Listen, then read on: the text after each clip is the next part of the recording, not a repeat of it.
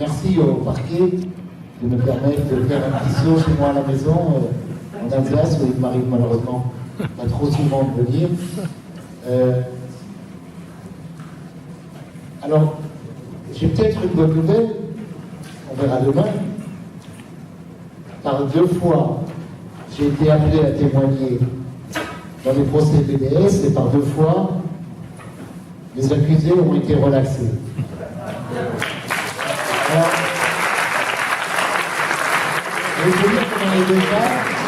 il faut dire que dans les deux cas, c'était en correctionnel, c'était en première instance, c'est la première fois que je vais témoigner devant une cour d'appel. Peut-être le fait que la culture locale, un peu la mienne, va impressionner les juges. Je ferai de mon mieux pour dire quelques vérités, quelques évidences qui concernent cette campagne de harcèlement, harcèlement politique, harcèlement juridique contre ces militants, j'allais dire ces militants courageux, non, ces militants, ces citoyens honnêtes qui refusent un monde de 2 poids, 2 mesures, qui refusent l'impunité de ceux qui ne respectent pas le droit et qui demandent que notre monde soit conduit comme on nous l'enseigne à l'école, selon des règles, et que ceux qui violent les règles doivent être punis. C'est comme ça qu'on a été éduqués, c'est comme ça qu'on a éduqué nos enfants. Et c'est en fait tout ce que demande la campagne BDS. Pas d'impunité. Ne pas laisser faire. Et le boycott est une forme très ancienne et tout à fait légitime, ici, pas loin d'ici, à Strasbourg. Je me souviens que dans ma famille juive pratiquante, dans la communauté juive, dans le mouvement de jeunesse, en tous les cas où j'étais, on boycottait, on nous avait appris que c'était non seulement un acte citoyen, mais on nous disait même un acte juif, lié à notre histoire et à notre et aux valeurs qu'ont portées nos parents, nos grands-parents dans l'histoire moderne. Boycotter l'Afrique du Sud, c'était tout à fait naturel. Moi, je ne savais pas très bien les marques de légumes, de fruits et de légumes, mais Ouspan, c'était un nom que je connaissais depuis que j'étais petit. On boycottait, on n'allait pas en vacances, c'était hors de question d'aller en vacances en Espagne, l'Espagne de Franco. On boycottait la Grèce des colonels. Et on n'était pas isolé. C'était une opinion très large, en France et ailleurs. Alors, ça, c'est aussi un premier mensonge de la contre-campagne sur le BDS, en disant unique. Mais non, c'est une pratique commune. Et personne n'avait jamais accusé ceux qui boycottaient la Grèce des colonels, je ne me souviens pas en tous les cas, d'être des racistes anti-grecs. Au contraire, on se sentait solidaire du peuple grec, solidaire de ceux qui luttaient contre la dictature. Et plus récemment encore, et ce n'était pas que des extrémistes, gauchistes, on a appelé au boycott des Jeux Olympiques à Pékin. Si je me trompe, le président américain a appelé au boycott des Jeux Olympiques, qui nous a mis dans de drôles d'alliances. Les Jeux Olympiques de Pékin, c'est une arme de Pékin, c'est une arme normale, c'est une arme légitime. D'ailleurs, quelle hypocrisie lorsque on entend ce ministre israélien, après des années où on disait oui, comment soutenir les Palestiniens? Ils utilisent la violence. Et voilà qu'ils utilisent des moyens non violents, comme l'appel au BDS à travers le monde. Alors on utilise, par un glissement sémantique, c'est une autre forme de violence. de violence verbale, de violence économique. Savoir mettre une bombe dans un supermarché ou appeler à ne pas acheter des légumes israéliens, c'est du pareil au même. Et de qui on se moque. Alors, on l'a dit, les avocats l'ont dit en première instance, ils le rediront demain. Il s'agit d'une question de liberté d'expression, point. Et d'ailleurs, et ça c'est grave, la France est un cas unique. Même un pays allié d'Israël comme les États-Unis d'Amérique n'ont jamais, même l'idée n'a jamais été soulevée, où il y a une campagne BDS. Je dirais même plus forte que celle qui est en France. C'est un grand pays. Jamais personne n'a appelé même les autorités à sanctionner la campagne BDS. La liberté d'opinion aux États-Unis est autrement plus sacrée, ça c'est une autre culture aussi, que la façon dont elle est perçue en France.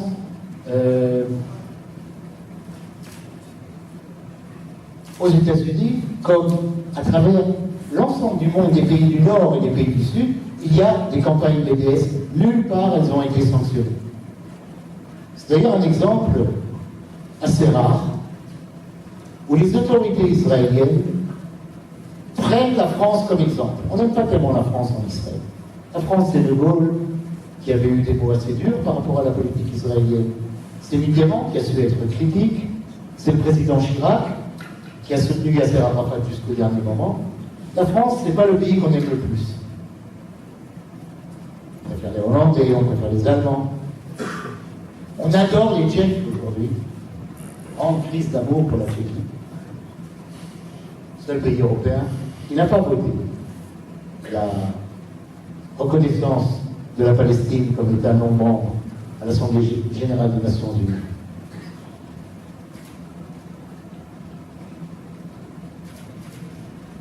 C'est en s'inspirant de la circulaire Alliot-Marie que le ministre de la Justice a introduit la nouvelle loi qui n'a toujours pas été votée et qui est bloquée pour l'instant par la Cour suprême israélienne par risque d'inconstitutionnalité, liberté d'expression. C'est en s'inspirant de la France qu'on a introduit la loi au Parlement. Pourtant, il y avait d'autres choses dont on pouvait s'inspirer de la France. On pouvait s'inspirer de la Déclaration des droits de l'homme et du citoyen. On pouvait s'inspirer de la Commune de Paris. On pouvait s'inspirer de la Révolution française en général, de la résistance anti-nazie, du mouvement de décolonisation qui est apparu en France tardivement, mais il est apparu. Il y a de quoi s'inspirer. Et toute une série de grandes personnes, Jean Moulin, Stéphane Hessel, des dernières années ou des dernières décennies, Émile Zola.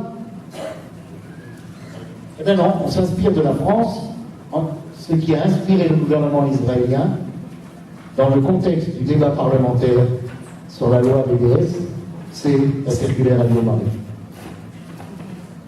Et l'argument était simple, on ne peut pas faire moins bien que les Français. Alors c'est vrai qu'on fera pire. Si cette loi passe, pour l'instant, comme dit, elle est gelée par la Cour suprême, qui fait traîner les choses. Mais si cette loi passe, elle ira très loin. Alors à ceux qui aiment visiter Palestine ou Israël pour des raisons politiques, dans des missions civiles, des délégations, ou simplement pour faire du tourisme, je vous dis tout de suite, éloignez-vous de la campagne BDS si vous voulez être sûr de pouvoir entrer. C'est une condition, ce sera une condition nécessaire, pas suffisante. Parce que dans cette loi, par exemple, on veut interdire l'entrée et interdiction de séjour pour 10 ans toute personne qui a appelé ou qui a participé à des campagnes qui visent... Alors, c'est pas simplement le boycott, c'est y compris appeler à des sanctions.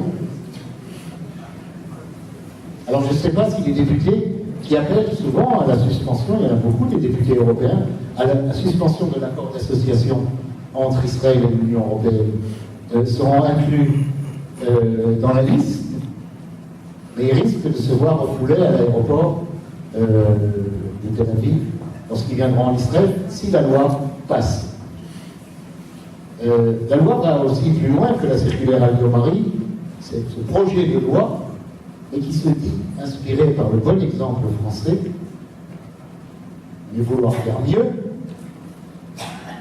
permet aux entreprises qui se sentent lésées par l'appel au boycott à demander des dommages et intérêts. Alors vous imaginez, lorsqu'on appelle à des boycotts aux Orange Jaffa, les millions d'euros qu'ils pourront demander à un militant parce qu'il a appelé à boycotter les Orange Jaffa. Et comme depuis un certain temps, les Orange Jaffa ont perdu de leur popularité, pas pour des raisons politiques uniquement, ces pauvres militantes ou militants auront sur le dos les déficits, ou en tous les cas la chute de profit de la compagnie Carmel, qui s'occupe entre autres de l'exportation de ce produit. Alors oui, je dirais aussi au tribunal demain que j'appartiens, je milite à travers une organisation israélienne qui s'appelle Boycott de l'Intérieur. Boycott de l'Intérieur, soyons clairs, ne fait pas de boycott. Je ne vais pas boycotter mon épicier et mon marchand d'habits et l'école de mes, j'avais 10 enfants, parce qu'ils n'auraient pas d'éducation, j'aurais pas d'amis, j'aurais rien à manger. Ce que nous avons décidé dans la foulée de l'appel palestinien de 2005 de lancer un appel boycott de l'intérieur. C'était pour dire nous sommes une voix qui vient de l'intérieur de la société israélienne et qui dit boycottez-nous. Comme l'avaient dit les Africains du Sud, progressistes, y compris de nombreux blancs. Boycottez-nous. N'écoutez pas l'argument de ceux qui disent, alors les arguments, c'est exactement les mêmes chez nous que ceux qu'on utilisait en Afrique du Sud. Oui, mais si on boycotte, alors après j'expliquerai ce que j'entends par boycott. Mais si on boycotte Israël, on boycotte les travailleurs, les pauvres, ils n'auront plus de travail. Et c'est les travailleurs sud-africains qui avaient dit, vous n'en faites pas, ça c'est notre problème. On participe à la campagne internationale de boycott, on appelle ce boycott, on vous demande de le faire en tant que travailleurs sud-africains, en tant qu'intellectuels sud-africains, en tant que citoyens sud-africains, boycottez-nous. Et c'est ce que nous disons à travers le monde. Il y a des voix israéliennes qui non seulement soutiennent le boycott, soutiennent l'appel BDS, mais le demandent. Et le demandent pour notre propre bien. Et nous l'avons écrit dans notre appel, il faut qu'on nous sorte de l'impunité. Vous le savez tous, beaucoup d'entre vous sont des parents, certains d'entre vous, j'imagine, sont des enseignants. Un enfant qui est dans l'impunité, un enfant à qui on ne met pas de limite, un enfant et un adulte, à qui on ne tape pas sur les doigts lorsqu'il fait des bêtises, et là on est bien au-delà de la bêtise, on est dans le crime, et bien on ne fait pas son bien. Pour son bien, pour notre bien, tapez-nous sur les doigts. Pour faciliter notre travail au sein de la société israélienne. Mettez en avant concrètement des sanctions pour que nous puissions dire, comme je l'ai fait il y a 2 ans, c'était un grand cadeau. Je chante dans une chorale. Je ne fais pas que de la politique. Et je chante dans une chorale israélienne, vous voyez. Maintenant, vous imaginez que ceux qui chantent Mendelssohn et Bach, c'est les classes moyennes.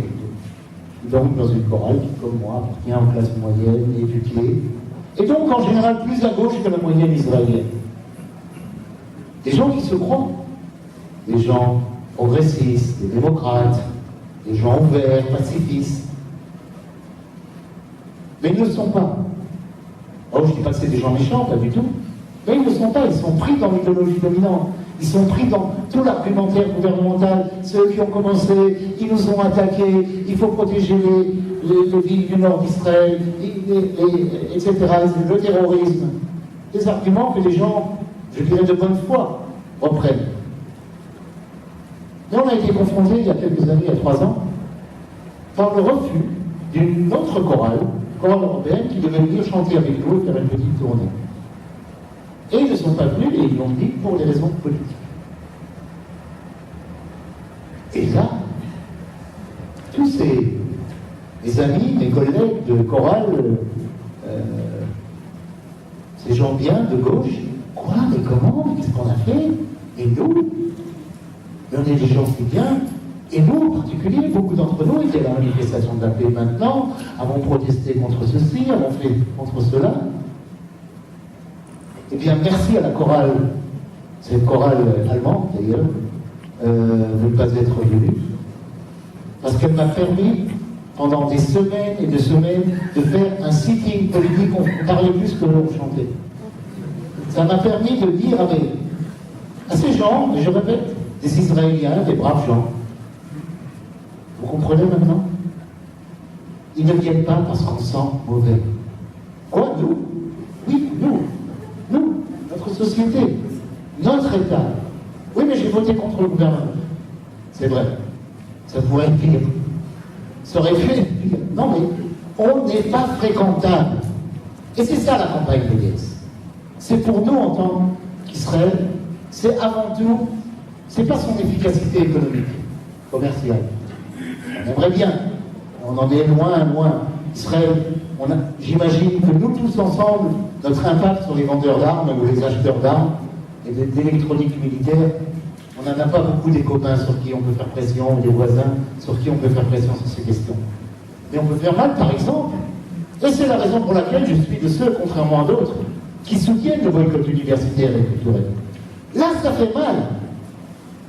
Je répète, appeler à boycotter la grande industrie, appeler la grande industrie à boycotter Israël, on va se lever tôt et on va passer des journées, des nuits, des années avant d'être efficace, je pense. Par contre, on peut avoir déjà de l'efficacité sur certains maillons faibles. Des laboratoires qui refusent, de recherche qui refusent de collaborer avec leurs collègues israéliens et qui leur disent gentiment, tiens, on s'aime bien, on est copains depuis 20 ans, on fait les mêmes recherches. Quand tu te sentiras plus mauvais, quand tu te seras lavé, mais pas toi individuellement, la société que tu représentes, la société qui te porte, tu seras le bienvenu. Aujourd'hui, non merci. Et ce message passe. Et ça, c'est l'autre argument que je voudrais mettre en avant, celui-là, j'en parlerai pas au tribunal demain, parce que ce n'est pas de son domaine, c'est la question de l'efficacité.